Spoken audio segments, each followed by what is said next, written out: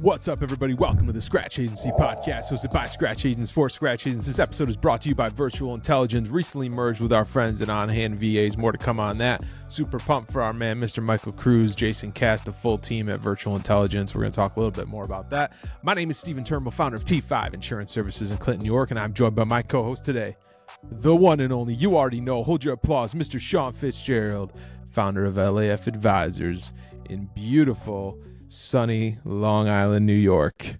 Mr. Fitzgerald, how are we doing today, baby? And everything's great. Everything's great, man. Working on a lot of new things. I know you and I have had some big changes in the agency over the last few weeks. So I think that'd be a great topic for us to dive into today.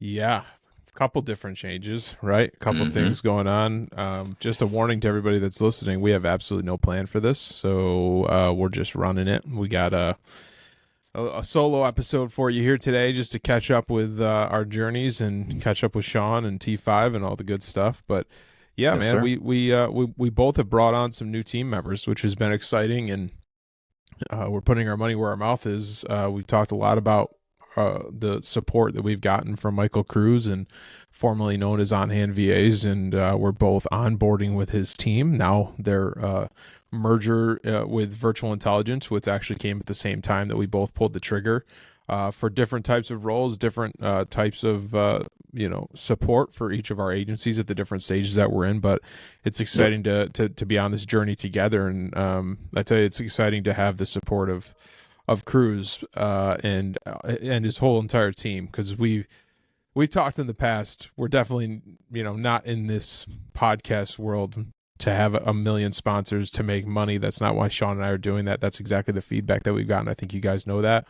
When Mike Cruz came to us and asked us if he could sponsor the show when he was formerly as On Hand's VAs, it just made sense. We've had people that have come to us that have wanted to be supporters of the show, and it didn't make sense for us. It wasn't anything against their business. We just didn't want to have it be all about that. But I think that Mike is doing something different, and I think that there's a lot of value that Scratch Agents can learn from the way that he's attacking the virtual employee world with the client-facing option. And we both had a need, and let's say let's do it. And so yeah, it's been good. But that's my thoughts on everything, Shawn. I know we wanted to really just address it in the beginning there. Anything you want to add to that? No, I think at the end of the day, I mean, I like being around Mike. Mike's a good dude. He's a positive guy. He works on himself from a personal and business standpoint, and I want to surround myself with more people like Mike. So I mean, it just worked out great. He happens to have a virtual assistant company that is more of like a client-facing role, which is exactly what you and I were looking for. So I just felt like the stars aligned, and if we could all help each other win, like how beautiful is that, Yeah, so he's been on the show before, so everybody go back to his episodes to hear his story. But he's been Scratch. He gets it. Yep. He understands the need. He understands when you need the need of support, what type of support so that's what's 100%. Exciting for me is you can pick up the phone, have a phone call with him about what you're looking for, about what you need, and he 110% gets it. But Shawn, what's new? Pat, we'll get into your new employee and all that, but I mean, what's going on at LAF, man? Well, all I know is I have to get on a podcast to talk to you these days, so something must be going on. No, there's a lot of good stuff going on, man. Half my day is cleared this Friday because somebody's coming down from Utica, New York. Oh yeah, baby! To come visit the peasants in the city, so I appreciate that. Helicopter should land at about noontime on top of one of the buildings down there. Got my people talking to your people. That's it, man. So I'm pumped to go out to dinner, and God knows what'll happen after dinner, but we'll figure that out when the time comes. For those of you that don't know, we don't have a plan for what's going to happen after dinner, but we'll figure it out. It's the city. There's plenty to do. In the words of TG, good luck, Shawn. Yeah, good luck. Good luck hanging with Steven. So yeah, man, besides that, a bunch of stuff going on. We onboarded my new executive assistant, which has been a big game changer. I found myself kind of stuck in like just constantly being in my emails all day, like literally all day. I'm just watching my email. Okay, this came in. I got to handle it as quick as possible. All right, this came in. I got to delegate it to this person. All right, this came in. I got to send it over here. And now I've really worked out a process where this new person, team member, is able to have full access to my inbox. Okay, so they're in my inbox. So when a new message comes in, they can delegate it. They can help that person if they know how to do the specific task. So what I found doing this process is like, and I think it's something specific to the insurance industry, is like mo I don't want to say most, almost all agency owners I've talked to basically told me they live in their inbox. So my initial reaction was like, I don't even think this is possible. Like this is just the way our industry is, you know? But then after like listen to some of Billy Wagner's stuff, and how he has an executive assistant who monitors his emails. I think Bradley Flowers does some stuff with it. And then I started reading a book, Buy Back Your Time by Dan Martell, and he had a couple of chapters like dedicated to hiring an employee to help manage your inbox and your calendar. And I literally just dove so deep into this thing. Like he has every process written out step by step. I basically copied the process, tweaked it slightly specific to the insurance industry, and now I'm training this new person on it fully. And I mean, she's getting it. She fits the culture. It's been awesome. I mean, it's a big learning curve, right? Because what I'm finding is every new email that comes in, I'm like, oh, I thought I had a lot of process and procedures, but I never did one on how to handle this or how to handle that or how to handle this. So, So for someone, I'm going to ask this question not from Steven, but from someone that might be listening, and I want you to respond to it.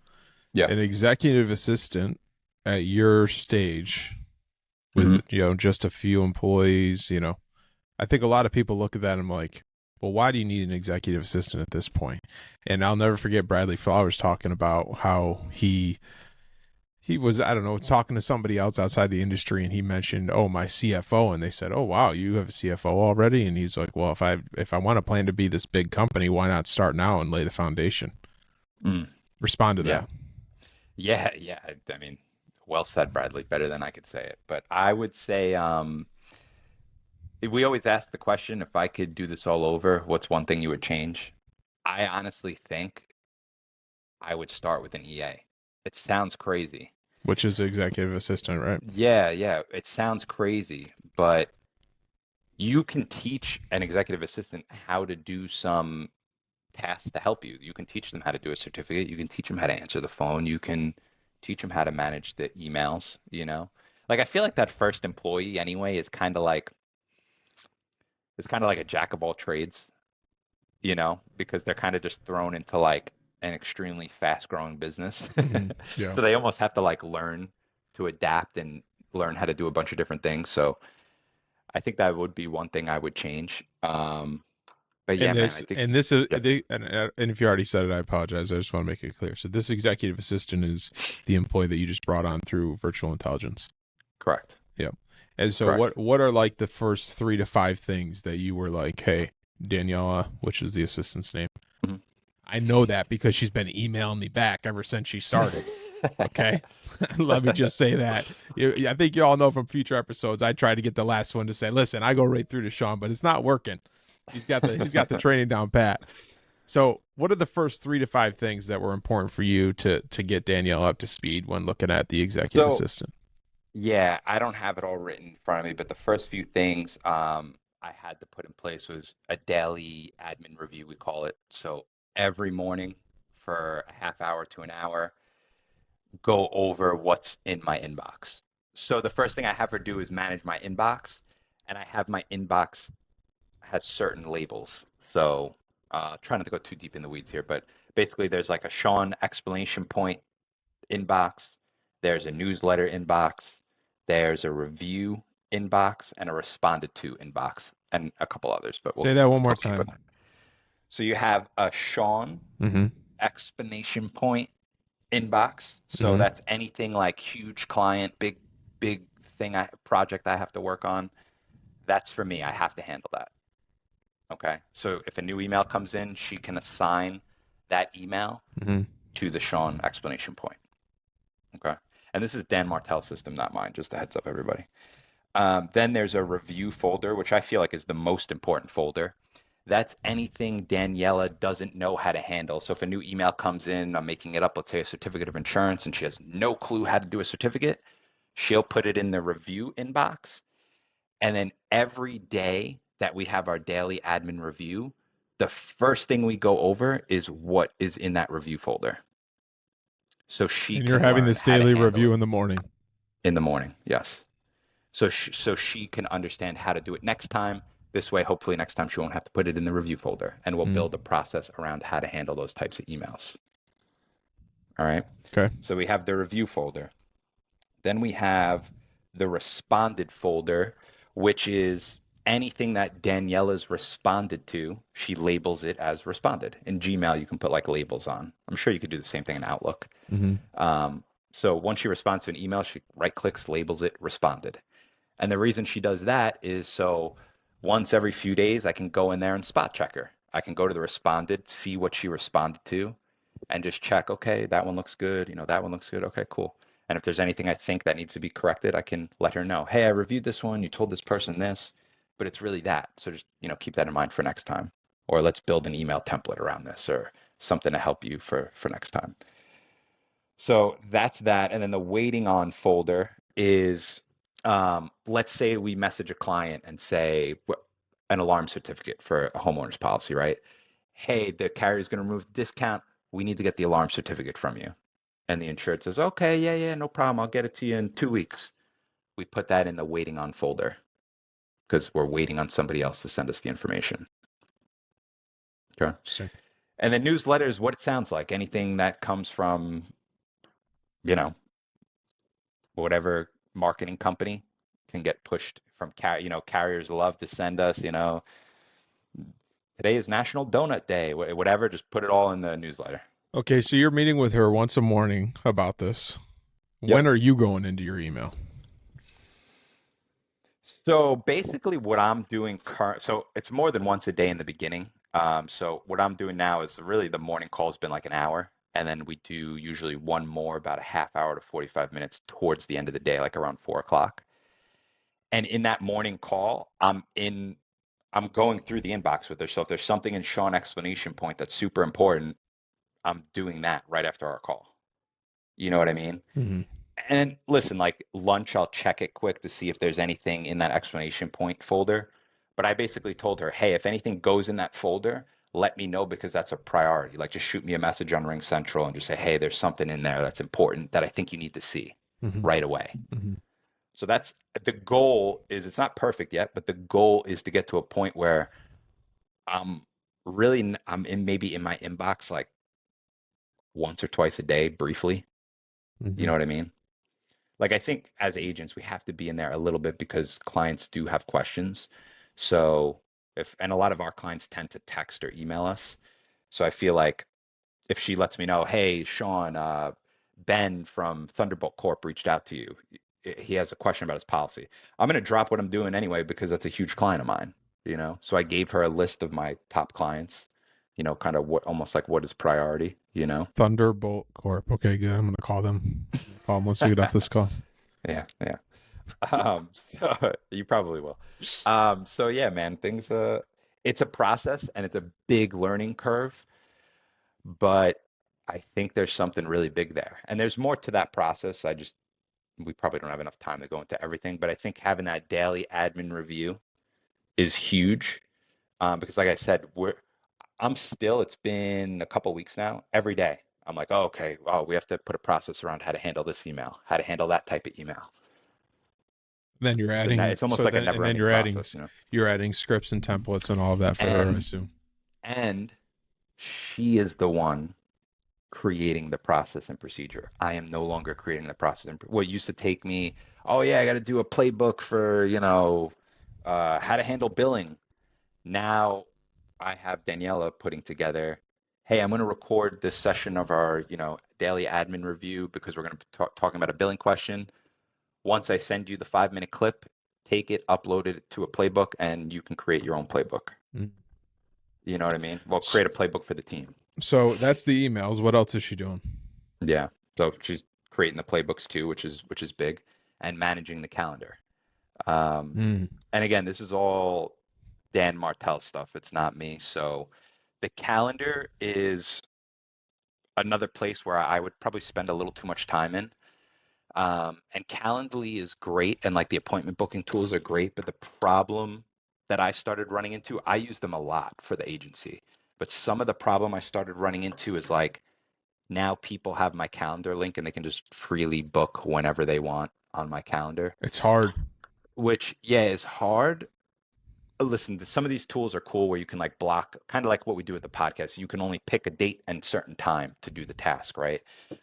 The problem is I have a lot of different tasks, so it's confusing to have a link and then have Daniela to schedule stuff. So I'm mainly using Daniela to schedule client calls, renewals, rescheduling of podcast stuff.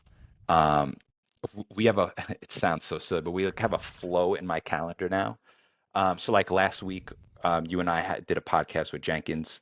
We did, I think, 2 episodes of the Scratch podcast. I think I had a live episode with Brett, but it was all in one day and it was all batched in a certain time frame. Mm-hmm. So like it wasn't like I was doing a live call with Brett and then doing two, client calls and then doing a podcast with you. It was back to back to back podcast. So like I was in the flow. Mm-hmm. And honestly, that's the best I ever felt doing podcasts, Yeah, or because then you calls. have one at 9 and then not till 11, and you think, oh well, I'm going to get some work done from 10 to 11, and but you're not really, because Yeah. then you're back into the flow, and then oh no, but 10:45 you got to get ready for the 11, and then you have another one at 2, and you say, oh my, I agree completely. I mean the one that you know of that I'm doing, that's the local show. That I started but have not launched, and I'm almost up to like 15. It's funny because the more and more I'm getting done with this, I'm like batch record. I'm like, oh, I don't want to put it out yet till I get 20. I'm like, all right, at some point you got to put it out, Stu. Yeah. But they're only like 15-minute episodes, and I'm doing like 2-hour blocks on a Thursday just to get caught up. But now when I get to a point, I can get 8 episodes done in 2 hours Yeah, once it's a awesome. month, and I'm going to It's constantly awesome. be ahead of time. But And I think it's that just finding the flow is, balance. yeah, but I think like where I was making a mistake in the past is it's okay to, like, if you book it all in the same day, that's great, but you don't want to like have filler. You don't want to have like stuff in between it. Like Mhm. I don't want to be doing a podcast and then putting out 3 client fires and then doing another podcast, then putting out 2 employee issues, then doing another like I just want to do podcast. So can you break Or down? So can you break down in simple terms how you're winning as far as her managing your calendar? Like for someone that's like, okay, I have an assistant now that can maybe take over part of that. Like where should we start? one-page playbook on how to manage your calendar.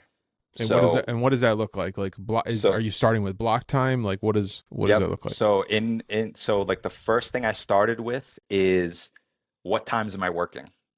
What times am I in the office? What times do I want to take appointments? Right? So I'm making it up. 9 to 3:30 is the only times I want to take on client calls, renewal calls, whatever. Hmm. Podcast only schedule between 12 and 2 on Thursday. Like having those specific blocks set up in the playbook. So Hmm. when she reviews it, she knows, okay, so somebody wants to schedule a podcast, I can only schedule it on Thursday between this time and this time, you know? And Shawn's only in these specific hours. All right, Monday, Tuesday, and Thursday at 8:30 a.m. He's dropping the kids off at school, and then on Wednesday he's picking them up at 3:30. So like it's all So in back there up a on one second. page. I'm just Yeah, trying. I'm selfishly trying to break this down for myself, but I'm sure there's break people it that are down. getting value from this. So Yeah. the podcast 12 to 2 on Thursdays. Yes. Okay. Yes. So you have someone that wants to do a podcast with you or whatever. You're looping in Daniela and saying, Danielle, please schedule with Bob Smith to do a podcast. Is she just going to your Calendly link to then book through there, or is she going to your calendar to see? I know 12 to So 2. He's available 1 to 2 on this day. Let's try that. Does that work for you, Bob Smith? Yeah, it works for me. Danielle is taking it from there. Is that how that's looking? yes, on the podcast front, no, I have not. Like I haven't looped her in yet, specifically because we have a Well, specific Calendly link. well, yeah. But yes, for Insert the other any. stuff, yes. Yeah. For the other stuff, yes. For like, um, like I have a call with Juan once a month, and we had to reschedule something. I just looped Danielle in. She messaged Juan and set it all up, and updated the calendar invite on my calendar, sent him the new link. All good to go. Mm-hmm. You know.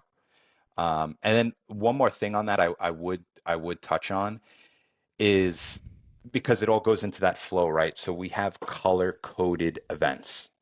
So if it's a client call, it should be like in Google Calendar, like you can color code the event, right? So Yeah, you can do anything that in per Outlook too. yeah, so personal, like anything personal, we use like a light blue color. Any client calls, we use a red. But the reason I do that is because when I go and look at my calendar for the week on Sunday night, I can see the flow of my calendar. Okay, Tuesday is a sea of red, so I know I have a ton of client calls. Thursday is a sea of blue, so I know I have maybe some fitness stuff and some podcast stuff and coaching calls and things like that. So it's really cool to get like a quick overview without having to click on every single event. Does that make Mm-hmm. sense? Yep. Yep. I actually So, just I have my calendar color coded, but I actually this week changed client calls to a specific color too. So yes, I have it like breakdown like work activity, personal. I even have Rotary events a certain color. I have BNI events a beautiful. certain color. I have chamber events a certain color. I'm running out of colors. They got to start making new colors. But it helps to be Yeah. like, okay, look at there's yellow. I have a Rotary event that night, and I hmm can look at it quick to your point and just say what, oh, I know what that is, or so. Exactly. And like I do it Mhm. slightly like so my anything networking related, I have it in one color. Yeah. Anything like team meetings is one color, So is there you know? anything that you could share with the audience that you did not? It's only been a couple weeks with the executive assistant, but is there Yeah. anything that you can share with the audience that you've experienced over this process so far that you didn't expect? It takes more training than I anticipated.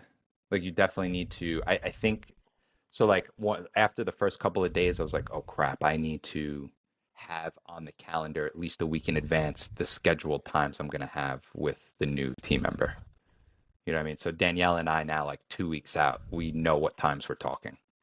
We're Mm-hmm. hopping on a Zoom call at this time, no questions asked, because I have to review it's a way for me like to hold me accountable. I have to check my email at that time, technically, Mm-hmm. right?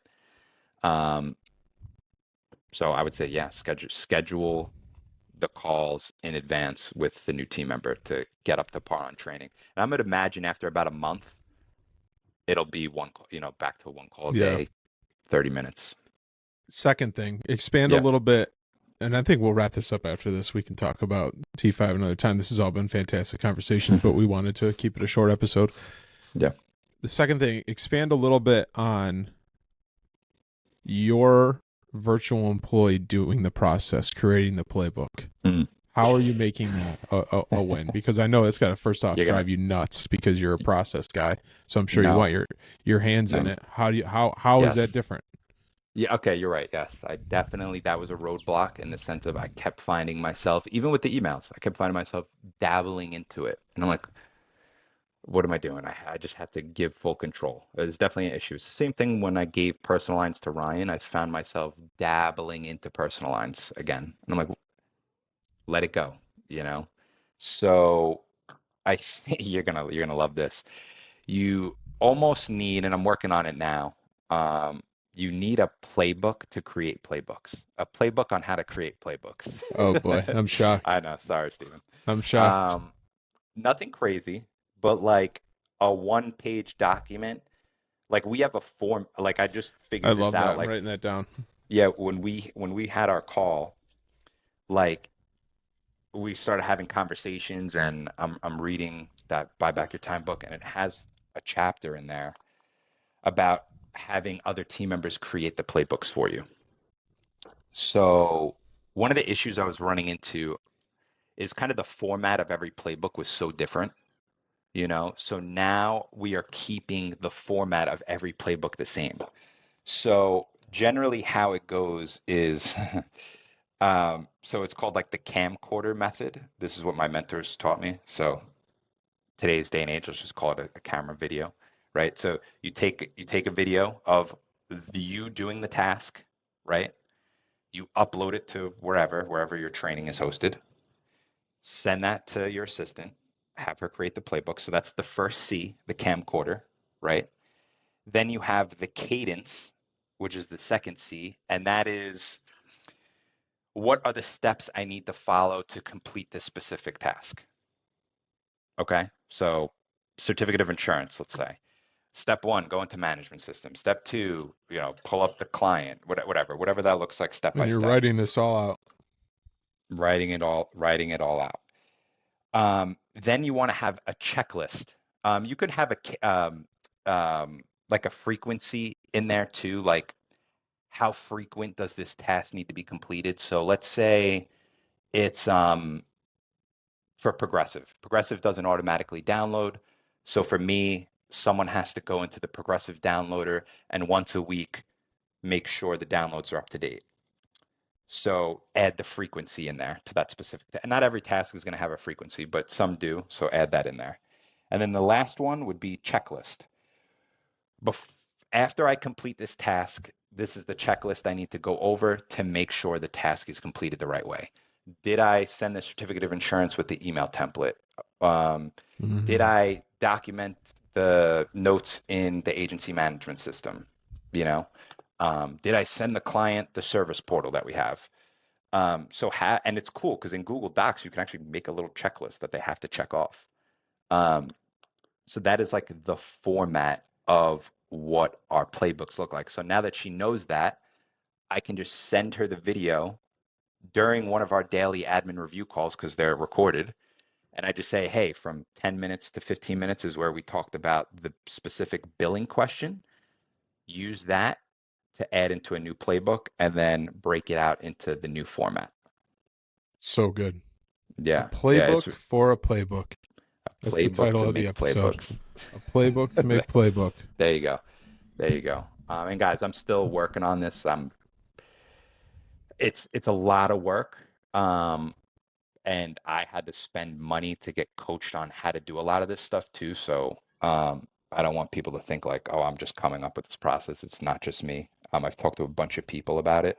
Um, and I don't think a lot of people I don't think anyone in the insurance industry is really doing it like this, to be frank. And I do think it is something that can be game changing, you know? And So just just something to think about. yeah, that's part one. We'll wrap it up there because it's really good. There was a lot of stuff in there, Shawn. Super pumped for you. You're inspiring with your playbooks. At some point, you're going to have Thanks, to man. upgrade your Google Doc, I'm sure, because you just got all these different playbooks flying around there. But Yeah, it's inspiring. I've said it before and I'll say it again. What I absolutely love about you and is inspiring about you is when there's an idea, there's implementation done right away. And we know a lot of appreciate people, that. including myself, where there could be this is a fantastic idea and it gets done half-ass, or my ADHD takes over and it is what it is. But it is inspiring to watch your execution and your action, Thanks, man. and I absolutely love that. Quick shout out before we wrap up to our Scratch Agency podcast community. Man, it has been buzzing the last couple days Yeah, and weeks. I will say, yeah, if you have not joined the Telegram, go to our website, scratchagencypodcast.com. Click join the community. There's no cost, there's no BS, there's no strings attached, there's nothing besides a just kick-ass Telegram community of 40 plus people helping each other, having great conversations. And please check us out there. It's been cool the last couple of weeks. There's been a lot of good conversations, a lot of stuff that I've learned a ton about, and good yeah, to see a yeah. lot of different people getting involved too. Dude, that community is great. We talk about so many different topics, and there's just such good, like we always talk about, like everyone, there's so many different ways to do it, right? But it's really good. Like if you have a new idea and you throw it out there, like I think Geico came up the other day or something like Yeah, the that, appointments for and like Geico. Yeah. hearing everyone's different take on that situation was Mm-hmm. super like, oh wow, this is good. I learned a lot. They were posting the link how to get appointed in there. I was like, okay, I'm in. And it's all just been Yeah. respectful conversation. It's all been I am having trouble with this. Hey, let's jump on a call and take care of it. It's just awesome to see. Yeah. It's really cool. So make sure to check Yeah. us out. I want to What say one more again, thing. it's One more thing. If a little off the community thing, but if any of you, just an idea popped in my head. If any of you want a copy of my playbook on how to build playbooks, just go to Instagram, follow me on Instagram at Shawn P Fitz and just message me playbook and I'll send you a copy of that playbook once it's finalized. Beautiful. Discount code Scratch Agency Podcast 25680 That's it. exclamation point number sign, and you'll get it for free. That's it. Just to confirm, too, because we made this mistake before, it is not the Mm. scratchagencypodcast.com. It is scratchagencypodcast.com. Right Yes, sir. there on the top hand right, big orange button. Join our Scratch Agency Podcast community. Click that. You'll be good to go. That was part one of what's going on at T5 and LAF. Good stuff from Shawn Fitzgerald. Pump for you, my man. Everybody, Thanks, bro. thanks for listening to us. It's another episode of the Scratch Agency Podcast. Thanks for joining us. Do us a favor, like the show, share the show, and subscribe. Most importantly, remember to dig down deep, believe in yourself, and own your own future. We'll see you next week. Take care.